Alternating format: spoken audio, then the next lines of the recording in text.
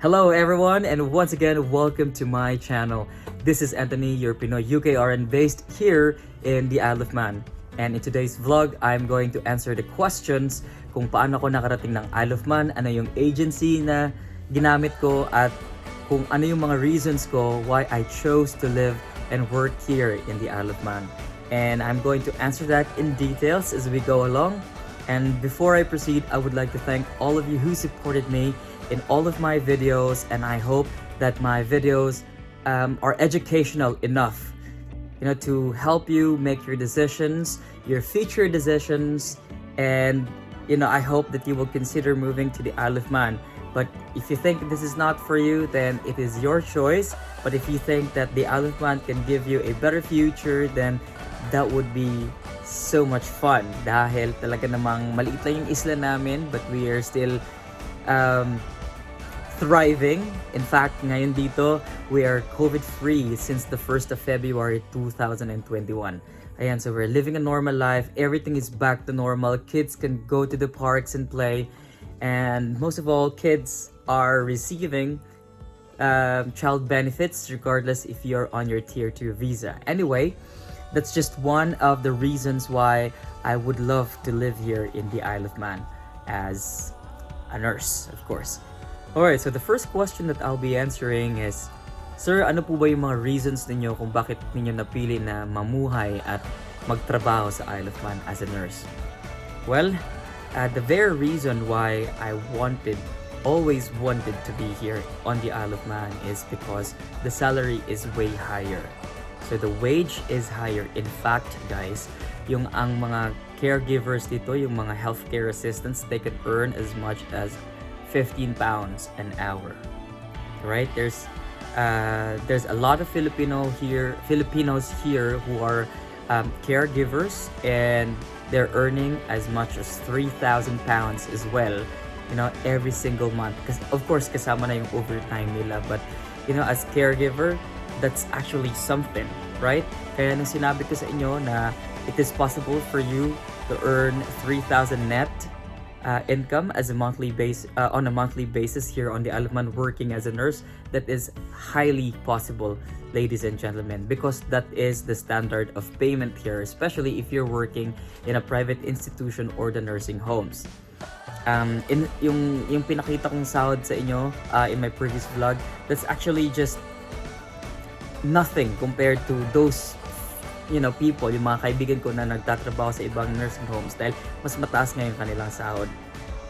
In our nursing home, we just follow the standard, but yung iba, mas mataas yung kanilang sinasahod. But overall, we are still receiving quite similar pay.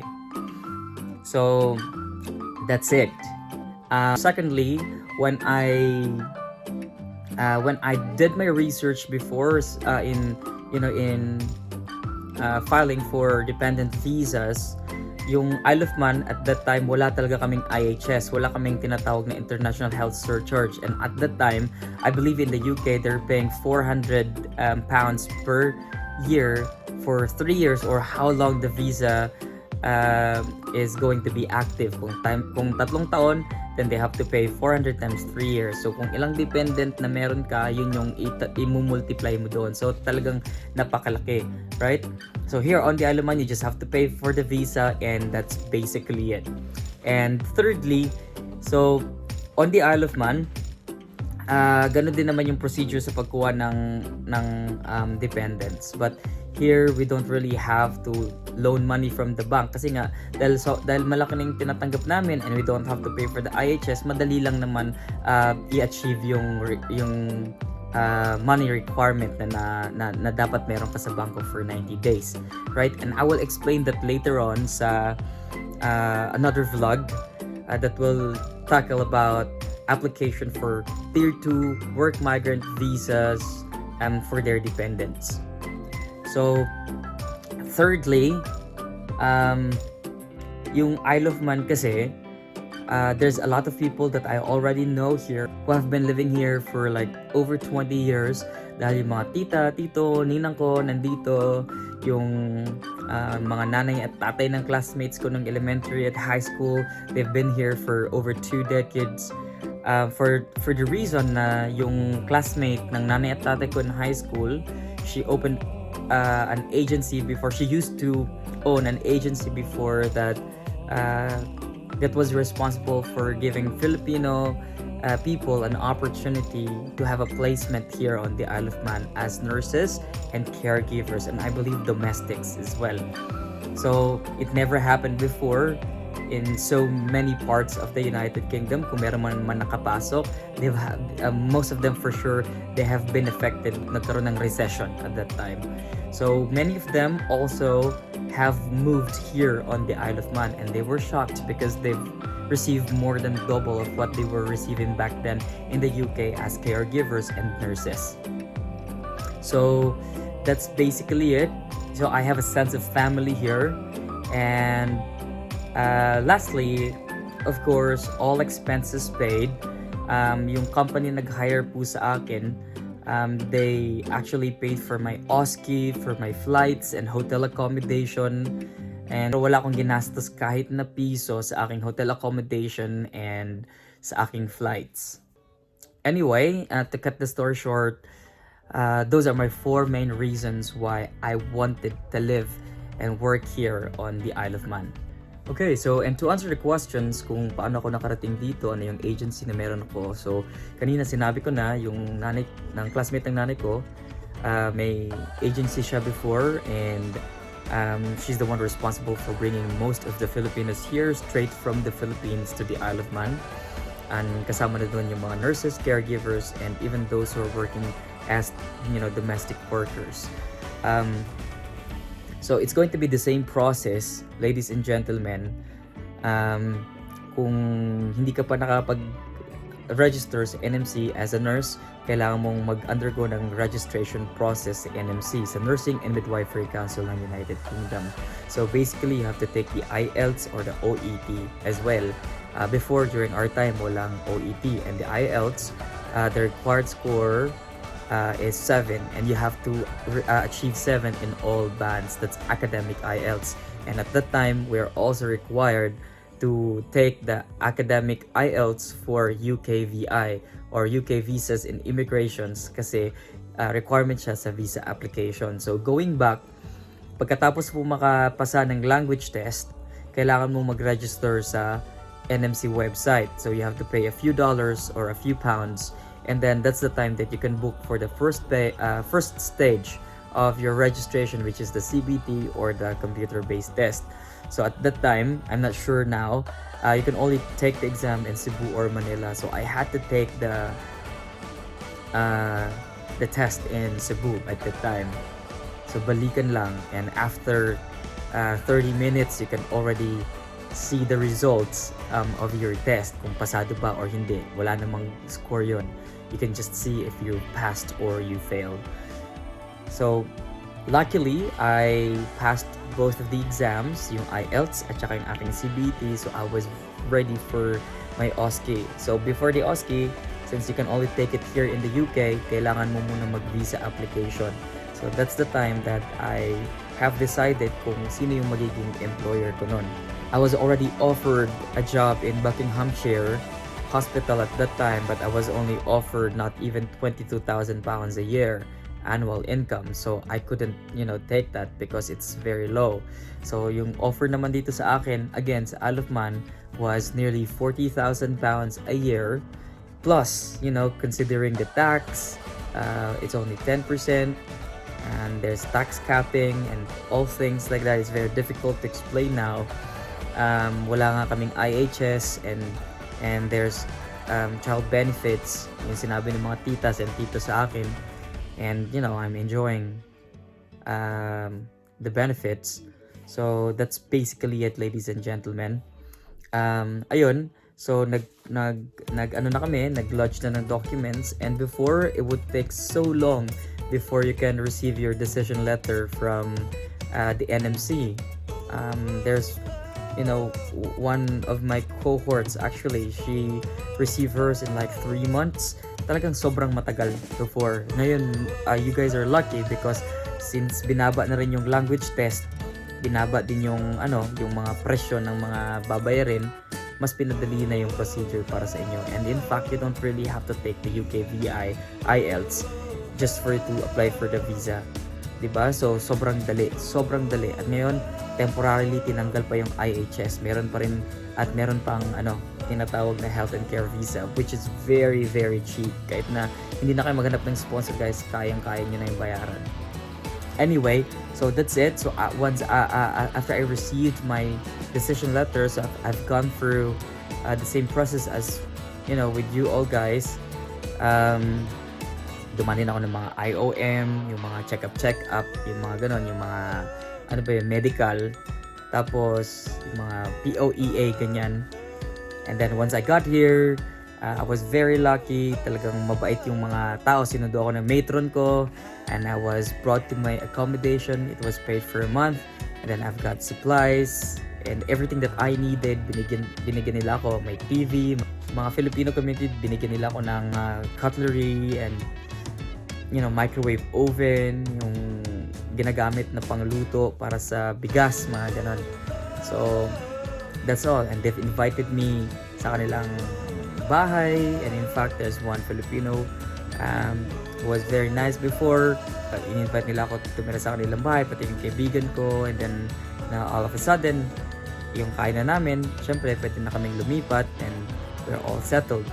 So that's my UK/Isle of Man journey. So nung lumipad na ako papunta rito, duman ako ng Manchester, and from there doon na tinatakan yung visa. So yung visa pala natin, guys, it's going to be the same, no? Kung dito ka nag-apply para sa Isle of Man, it's going to be the same Vignet.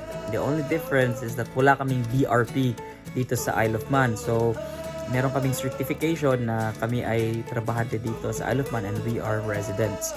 Unlike sa UK na kailangan yung lumipad agad kasi yung BRP yung Vignet niyo mag-expire, and you have to apply for the BRP. At pag nawala niyo pa, parang 300 pounds, di ba? Parang ganon. So dito wala naman. Yung Vignet namin itself, yung visa, doon na nakalagay na hanggang kailan yung expiration niya. So yun yung pinapakita naming ID. So technically that's our BRP at the same time. So that's it. In terms naman sa paghanap ng employment, guys, hindi parating may hiring dahil since Isle of Man is a sovereign state, it has its own rules, and part of that, talagang inuuna muna nila yung kanilang mga locals. So if they are nurses or mga caregivers na locals, mas inuuna nila yon. The only good thing is that hindi naman silang lahat ay nagpo-proceed ng kanilang nursing or ng kanilang caregiving courses. So that's the time na nagkakaroon ng hiring dito at nabibigyan ng chance yung ating mga foreign workers, especially the Filipinos, to get a placement here in the Isle of Man. So yung mga nakarating dito straight from the Philippines, we can consider ourselves lucky because hindi na kami talagang dumaan sa mga may hirap na procedures at talagang hands-on sa amin yung aming mga employers. In fact, direct hires kami lahat dito, halos lahat. Except for those nurses, syempre, na may PIN na nanggaling ng UK. And that is going to be another story, guys. So yung may mga PIN na, yung mga nurses na, the only chance that you can get here is to apply for a job. So, laging may available job sa government website ng Isle of Man. Especially yung hospital, laging may hiring dyan. And if you're going to check the offer is way higher than what the NHS in the United Kingdom is offering. In fact, kanina may kausap akong radiographer, nagulat din siya. Sabi ko, sir, ang laki pala ng sinasahod ng mga tao dyan sa NHS. Sabi ko, oo sir, kasi may mga kilala ako na sa UK, talagang sobrang mababa lang yung kanilang sahod. Dito, maabot hanggang 36,000 pounds every year yung Band 5 na radiographer. Kung hindi kayo naniniwala, tingnan yung Isle of Man website or Isle of Man career page sa Facebook. Andun lahat, guys. And there's a lot of people that I know from the UK na nahila ko papunta dito sa Isle of Man, through my mom's classmate as well. Kasi connection is real. Anyway, if you have your PIN, That's actually an advantage, lalo na kapag nag-apply kayo sa hospital. And I'm going to discuss that later on dahil this vlog is getting longer. Okay, so I'm gonna make a vlog for that. So that's my journey kung paano ko nakarating dito sa Isle of Man, kung paano ko nakuha yung aking mag-ina, yung aking asawa, aking poging anak, no? Papunta ng Isle of Man. Ayun, so now we are enjoying safety, we are COVID-free. Yung anak ko talagang malaking pasasalamat sa akin yung 93 pounds per month na galing sa gobyerno. At ano pa ba? In fact, magsa-start na ng school yung bata ko sa September, and we are going to receive free voucher from the government para bayaran yung nursery. So, we are so lucky to be here, guys. And this is very safe place, especially for growing children. Lalo na yung yung bata, di ba sa panahon yan, napakahirap kontrolin, and there's no place for them, to run away kasi isla, kailangan nang sumakay ng eroplano o sumakay ng vapor bago makarating ng United Kingdom. Kaya yung mga nagsasabi na boring ang Isle of Man, somehow it could be true, but again, we choose our happiness. If you just have the right circle of friends, if you're earning as much, you are driving, you can afford to buy things, talagang hindi kayo masasad, ladies and gentlemen. If you want to go to London, if you want to go to some other cities in the United Kingdom, from the Isle of Man, it's just like 45 hours flight away, guys. 45 minutes pala, guys, hindi 45 hours. Para ko nang inikot ang buong mundo nun. If you want to go to Belfast, we just have to take the plane and we will be there. Or if you want to take the boat, we just have to travel 2 hours. We are in the heart of the Belfast. Mga ganon. Kung gusto nyo ng London, we have Heathrow, we have London City Airport. Madami, sa Bristol, you can also fly there. You can fly to Manchester or Liverpool. Maraming ways, guys, to enjoy. If you want to do online shopping, you can do so. If you want to travel, since you can afford, you can always fly. Walang problema dyan. Talagang may COVID lang ngayon, and we have to undergo the yung mga isolation, which is not very good kasi maubos lang yung oras mo at yung panahon mo sa isolation, diba? And it's not safe to fly and travel with young children, kaya stay put muna tayo mga kunars, okay? So I'll be right back for my next video, and I will explain kung ano yung magiging benefits ninyo kung kayo ay nag-move dito from the UK as UKRNs. Alright, so that will be all. Ciao.